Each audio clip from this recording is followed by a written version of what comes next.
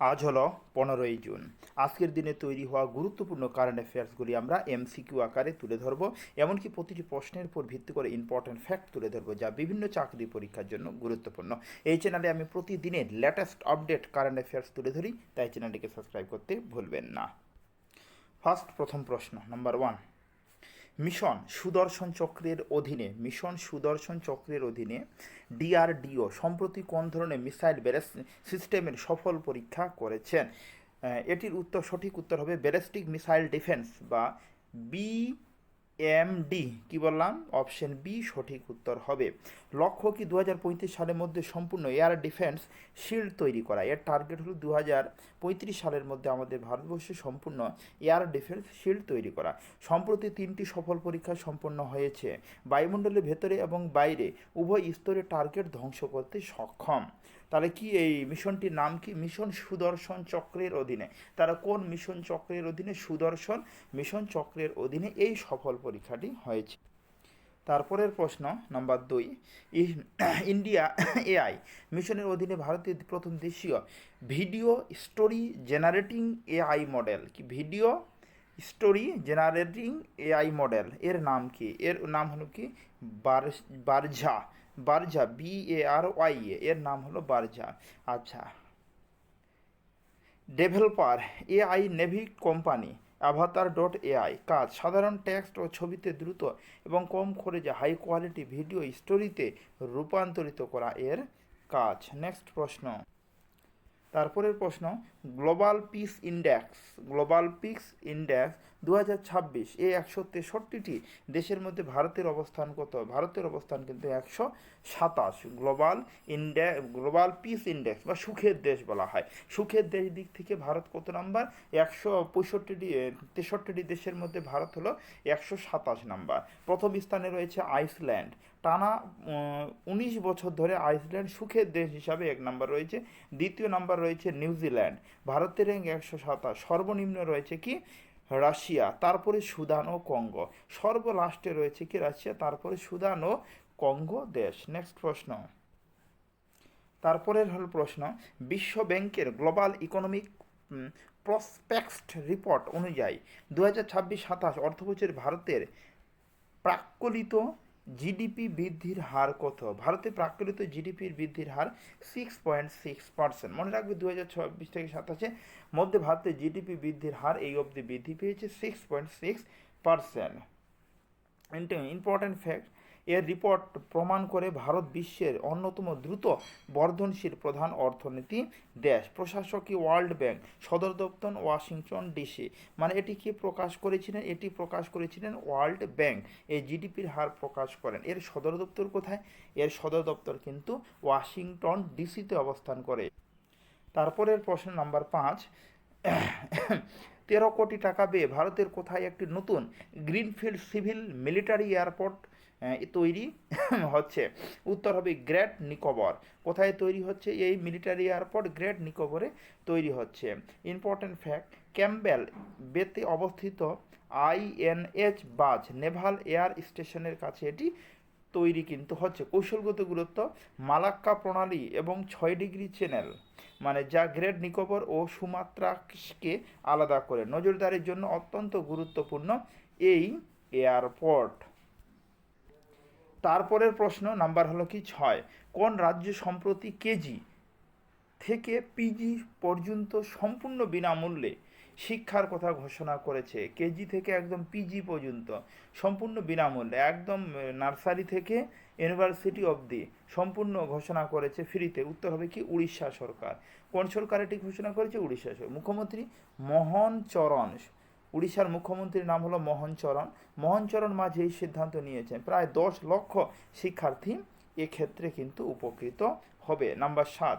নিখোঁজ ব্যক্তিদের খুঁজে বের করতে কোন রাজ্যের পুলিশ অপারেশন মিলাপ চালু করেছে? মানে যে সমস্ত ব্যক্তি হারিয়ে যায় তাদের খুঁজে বের করার জন্য কোন রাজ্য অপারেশন মিলাপ চালু করেছে? এটি উত্তর হবে গুজরাট পুলিশ অপারেশন মিলাপ চালু করেছে। AI চালিত প্রযুক্তি ব্যবহার করে নিখোঁজদের পরিবারের সাথে মেলানো এর প্রধান কিন্তু উদ্দেশ্য। অপারেশন মিলাপ মনে যেন থাকে। তারপরে প্রশ্ন, 52তম G7 শীর্ষ সম্মেলন 2026 2026 আয়োজিত হচ্ছে। এখানে পিএম মোদি অংশ নিয়েছেন। কোথায় আয়োজিত হচ্ছে? ফ্রান্সে। এটি আমরা কালকেও আলোচনা করেছিলাম। ফ্রান্সে G7 সম্মেলনে আয়োজন হচ্ছে। ভারত ও ফ্রান্স যৌথভাবে ভারত ইনোভেটস নামে একটি ডিপ টেক প্ল্যাটফর্ম চালু করেছে। ভারত কি চালু করেছে? ভারত ভ্যাটস নামে একটি ডিপ টেক প্ল্যাটফর্ম চালু করেছে। উদ্বোধন স্থান নাইস, ফ্রান্স। আর কোথায় চালু হচ্ছে? নাইস, ফ্রান্সের নাইস স্থানে এটি কিন্তু উদ্বোধন হবে। তারপরের প্রশ্ন নাম্বার 9, ভারতের নতুন সেনাপ্রধান হিসাবে কে নিযুক্ত হয়েছেন? খুব গুরুত্বপূর্ণ, ধীরাজ শেঠ ভারতের নতুন সেনাপ্রধান। ভারতের প্রথম নতুন সেনাপ্রধানের নাম কি? ধীরাজ শেখ। তিনি পূর্ববর্তী সেনাপ্রধান উপেন্দ্র দ্বিবেদী এর স্থলাভিষিষ্ট। এর আগে তাহলে সেনাপ্রধানের দায়িত্বে কে ছিলেন ভারতের? উপেন্দ্র দ্বিবেদী ছিলেন সেনাপ্রধান, এর স্থলাভিষিষ্ট হল ধীরাজ শেখ। নট সিডিএস এবং চিফ অফ ডিফেন্স স্টাফ পদে নিযুক্ত হয়েছেন এনএস রাজা সুব্রাহ্মণ্য। আচ্ছা, এবার এখান থেকে একটা প্রশ্ন আমরা আরও জানতে পারলাম। চিফ অফ ডিফেন্স স্টাফ পদে নিযুক্ত হয়েছেন কে? এনএস রাজা সুব্রাহ্মণ্য। সেনা দিবস পালন করা হয় কত? 15ই জানুয়ারি। মনে রাখবেন যে সেনা দিবস পালিত হয়, আমরা স্বাধীনতা দিবস অন্য দিনে পালন 1947 15ই আগস্ট, আর সেনা দিবস পালন করা হয় কিন্তু 15ই জানুয়ারি। তারপরের প্রশ্ন নাম্বার 10, ভেরি লো আর্থ অরবিট স্যাটেলাইট উৎক্ষেপণের জন্য ভারত বেলাটিক্স এরোস্পেস কোন দেশের কোম্পানির সাথে চুক্তি করেছে? বেলাটিক্স এরোস্পেস কার সঙ্গে চুক্তি করেছে? দক্ষিণ কোরিয়ার সঙ্গে চুক্তি করেছে। কি? বেলাটিক্স এরোস্পেস। আচ্ছা, ভিএলইও স্যাটেলাইটগুলি পৃথিবীর খুব কাছে থেকে হাই রেজলিউশন ছবি তুলতে সক্ষম। আচ্ছা, তারপরে বেলাটিক্স একটি বিশেষ এয়ার ব্রিথিং ইলেকট্রিক প্রবুলেশন প্রযুক্তি ব্যবহার করবে, যা বায়ুমণ্ডল থেকে অক্সিজেন নাইট্রোজেন নিয়ে জ্বালানি হিসাবে কিন্তু ব্যবহার করবে। এটি কার সঙ্গে? এটি দক্ষিণ কোরিয়ার সঙ্গে কিন্তু এটি চুক্তি হয়েছে। তারপরের প্রশ্ন, অরবাঞ্চে নামক পরজীবী আগাছা দমনে ভারতে কোন ফসলে আইএমআই রেসিস্ট্যান্ট জাতের চাষ শুরু হতে চলেছে? কি? অরবাঞ্চে। কি বললাম? অরবাঞ্চে নামক পরজীবী। সেক্ষেত্রে এটির উত্তর হবে কিন্তু সরিষা। কিভাবে কাজ করে? বিজ্ঞানীদের দ্বারা এই সরিষা চাষে এএলএস এনজাইম এর মিউটেশন ঘটানো হয়েছে। ফলে হার্বিসাইড বা আগাছানাশক স্প্রে করলে পরজীবী আগাছা মারা গেলেও মূল সরিষা ফসল সম্পূর্ণ সুরক্ষিত থাকবে। কোন ফসলের ক্ষেত্রে তার অরবাঞ্চে আবিষ্কৃত হয়েছে? সরিষার ক্ষেত্রে আবিষ্কৃত হয়েছে। তারপরের প্রশ্ন, বিশ্বের প্রথম ট্রিলিনিয়ানের কে হলেন? Elon Musk. আমরা জানি যে বিশ্বের প্রথম ট্রিলিনিয়ার কে হলেন? Elon Musk. স্পেস এক্স এর সাম্প্রতিক আইপিও এরপর মোট সম্পত্তি $1,00,000 ট্রিলিয়ন অতিক্রম করেছে। কত? $1,00,000 ট্রিলিয়ন ইহার সম্পদ অতিক্রম করেছে। নাম্বার 13, সম্প্রতি কোন দেশের প্রাক্তন রাষ্ট্রপতি ইউন সুক ইয়লকে 30 বছরের কারাদণ্ড দেওয়া হয়েছে? কোন বছরের রাষ্ট্রপতি ইয়ন সুক ইয়লকে 30 বছরের কারাদণ্ড দেওয়া? উত্তর হবে দক্ষিণ কোরিয়া। কোন দেশের রাষ্ট্রপতি? দক্ষিণ কোরিয়া।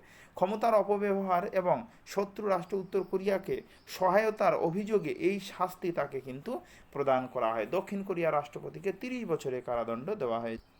তারপরের প্রশ্ন, সম্প্রতি কেন উইলিয়ামস আন্তর্জাতিক ক্রিকেট থেকে অবসর নিয়েছেন? তিনি কোন দেশের খেলোয়াড়? উইলিয়ামস তিনি হলো কি নিউজিল্যান্ডের খেলোয়াড়। তিনি ক্রিকেট থেকে অবসর নিয়েছেন। তিনি নিউজিল্যান্ডের হয়ে আন্তর্জাতিক ক্রিকেটের সর্বোচ্চ রান গ্রাহক। তার অধিনায়কত্বে নিউজিল্যান্ড 2021 সালের আইসিসি ওয়ার্ল্ড টেস্ট চ্যাম্পিয়নশিপে জয় লাভ করেছিল, কিন্তু তিনি অবসর নিয়েছেন। উইলিয়ামস কার নাম? কি? উইলিয়ামস। কোন দেশের? হলো নিউজিল্যান্ডের। নেক্সট, পরের প্রশ্ন, গ্লোবাল ওয়ার্মিংয়ের ওপর বিশ্ব শিল্পকর্মের জন্য রাশিয়ান গ্র্যান্ড মাস্টার কাপ 2026 জয়ী প্রথম ভারতীয়কে সুদর্শন পট্টনায়ক, যিনি উড়িষ্যার প্রখ্যাত বালি শিল্পী। কে গ্লোবাল ওয়ার্মিংয়ের উপর শিল্পকর্মের জন্য রাশিয়ান গ্র্যান্ড মাস্টার কাপ 2026 জয়ী প্রথম ভারতীয়কে? সুদর্শন পট্টনায়ক। নাম্বার 16, কোচ বিভাজন ও নিউক্লিয়াস নিয়ে গবেষণার জন্য ইউরোপের মর্যাদাপূর্ণ ইএমবিও গোল্ড মেডেল 2026 পেলেন কোন ভারতীয় বংশোদ্ভূত বিজ্ঞানী? উত্তর হবে ডক্টর গৌতম দে। তাহলে কি পুরস্কার পেলে? ইএমবিও গোল্ড মেডেল 2026 পেলেন ভারতীয় কোন বিজ্ঞানী? ডক্টর গৌতম দে। তারপরের প্রশ্ন, বিশ্ব রক্তদাতা দিবস কবে পালিত হয়? 14ই জুন। আমরা জানি কালকে ছিল ওয়ার্ল্ড ব্লাড ডোনার ডে মানে বিশ্ব জন্মদাতা দিবস কালকে পালিত হলো 15ই জুন। কার্ল ল্যান্ডস্টাইনার রক্তের গ্রুপ আবিষ্কার করেছিলেন, তার জন্মদিন স্মরণে এই দিনটি কিন্তু পালিত হয়। One drop one of humanity give blood save life মানে হলো কি 2026 সালে এটি কিন্তু থিম ছিল, মানে 2026 সালে 14ই জুন রক্তদাতা দিবসের থিম ছিল এটি। যার অতিরিক্ত তথ্য, 15ই জুন গ্লোবাল উইন ডে পালিত হয়, যার সম্মিলনে এবার গোয়াতে অনুষ্ঠিত হয়েছে। তাহলে এবার হলো ওয়ার্ল্ড ব্লাড ডোনার ডে কোথায় অনুষ্ঠিত হয়েছে, এখান থেকে কিন্তু আমরা জানতে পারলাম যে গোয়াতে কিন্তু অনুষ্ঠিত হয়েছে। এই ছিল আজকের বাছাই করা মোট 17টি কারেন্ট অ্যাফেয়ার যা বিভিন্ন পরীক্ষার জন্য গুরুত্বপূর্ণ। আজকে অবধি কথা হচ্ছে পরে ভিডিওতে।